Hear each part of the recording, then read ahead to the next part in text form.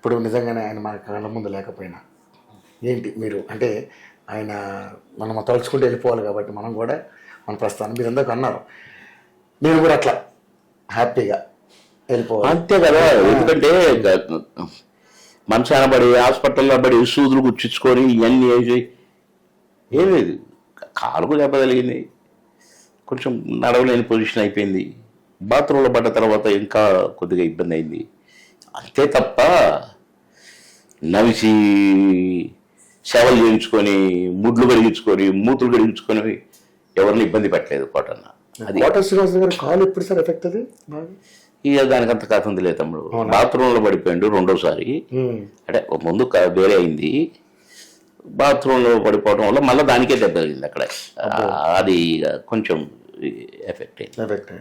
Okay, ఈ మధ్య మీరు ఒక దగ్గర బాగా సీరియస్ అయ్యారు, ఏదో అక్కగారిని భార్య అని పెట్టి ఎవరో మా మీడియాలో. అది కాదు బ్రదర్, వీళ్ళు మనుషులకు పుట్టినరా గాడిదలకు పుట్టినరో అర్థం కాదు. ఎందుకంటే మీడియా వాళ్ళు అంటే అందరికి అవుతుంది, కానీ అందరు కాదు. ఇట్టాడి కొందరు ఎదవన్నారు ఎదవలు అమ్మకి అయ్యే పుట్టిన కొడుకులు ఉంటారు కొంతమంది.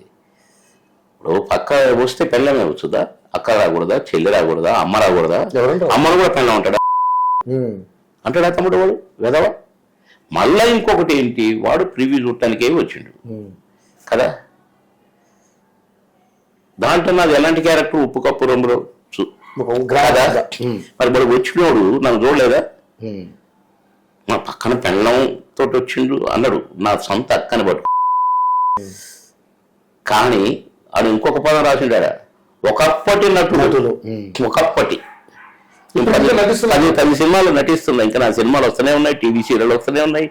నేను ఎప్పుడు కొద్దిగా గ్యాప్ ఉంది కానీ నటించకుండా లేనే నేను. అట్లా ఏమన్నా మళ్ళీ దాన్ని వైరల్ చేయటం, అందరికి పంపటం, అంత ఇంట్రెస్ట్ ఏంటి వాడికి. వాడి చెల్లెని ఇట్లనే అంటే, వాడి అక్కని ఇట్లా అంటే వాడు అంతే సంతోషంగా పబ్లిసిటీ చేస్తాడా తమ్ముడు. కొద్దిగా దీన్ని కొంచెం వాడికి బుద్ధి వచ్చేటట్టు వాడిని వదిలిపెట్టను, ఖచ్చితంగా వాడిని నేను కేసు పెడతా, వాడి మీద అవసరమైతే కోర్టుకు వెళ్తా, వాడిని మీ మీడియా వాడిని బర్తరఫ్ చేయాలి నా కొడుకుని. వాడి వల్ల అందరికీ చెడ్డపోయాడు కదండి. నా అక్కను పట్టుకొని పెళ్ళమంటాడా దొంగ తెలిసి రాయాలి సార్, అడిగి రాయి, తప్పే ఉంది. రాకరా అని అంటూనే ఉన్నాను నేను స్టేజ్ మీద. స్టేజ్ ఎక్కితే మా అక్క రాబోతుంది, రాక అన్నా అయినా కూడా అట్లా రాశాడు, పెళ్ళమని రాసిండు. నాకు అది గుర్తొస్తే నాకు ఎంత బాధపడుతున్నట్టు అంత బాధపడుతున్నాను. సొంత అక్క నాకు, నేనంటే ప్రాణం మా అక్కకి. దొంగ ముండ కొడుకు. ఇక మీ ఇద్దరు ఫైనల్ గా మీ ఇద్దరు బాగా ఇష్టపడ్డ ఫుడ్ ఏంటి సార్ కోట శ్రీనివాస గారు? అవే ఇక మేము అన్ని తినేదండి, ఇది అది అని ఏం లేదు. కాకపోతే అన్న వెజిటేరియన్, నాన్ వెజిటేరియన్ కూడా తినేది. కాకపోతే అన్నకు పచ్చళ్ళు ఎక్కువ ఇష్టం. మామిడికాయ పచ్చడి, ఆవకాయ, ఇది అమ్మకాయ పచ్చడి, ఇది నిమ్మకాయ, ఇవన్నీ అన్ని కలిపి ఒక అతను భోజనానికి ఇన్వైట్ చేస్తే ఏం తినలేదు. నేనేమో చికెన్లు గిక్కలు తింటున్నాం మేము, ఫిష్. ఆయన మాత్రం ఒక 9 రకాల పచ్చళ్ళు, అక్కడ 15-20 రకాలు పెట్టి ఉన్నాయి. 9 ఇంత వేసుకొని ఎర్రగా కలుపుకొని అని తినడం అనుకుంటూ.